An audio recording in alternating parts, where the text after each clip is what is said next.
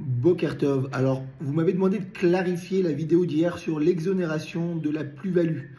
Alors, c'est quoi d'abord une plus-value? Imaginez que vous achetez un appartement à 2 millions de shekels et que vous le revendez à 2 500 000 shekels. Sur la plus-value que vous avez fait, vous devez payer une taxe de 25%. Maintenant, si c'est votre appartement unique, la loi vient et dit, moi, je te donne une exonération. Tu n'as pas besoin de payer cette taxe de 25% sur la plus-value. Pourquoi? Parce que si vous allez devoir payer une taxe en vendant votre résidence principale et en achetant une autre résidence principale au même prix du marché actuel, parce qu'en principe la plus-value, elle se fait plusieurs années plus tard, et le prix du marché va monter aussi sur les autres quartiers, sur les autres villes. Dans ce cas-là, si vous vendez en payant une plus-value et vous rachetez derrière au même prix du marché, vous êtes perdant.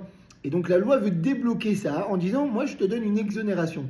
Mais le problème, c'est que ça s'adresse uniquement aux personnes qui ont un seul appartement.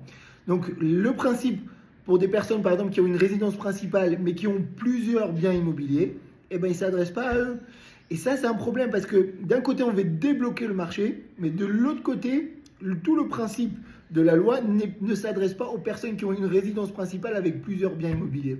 Yom Tov.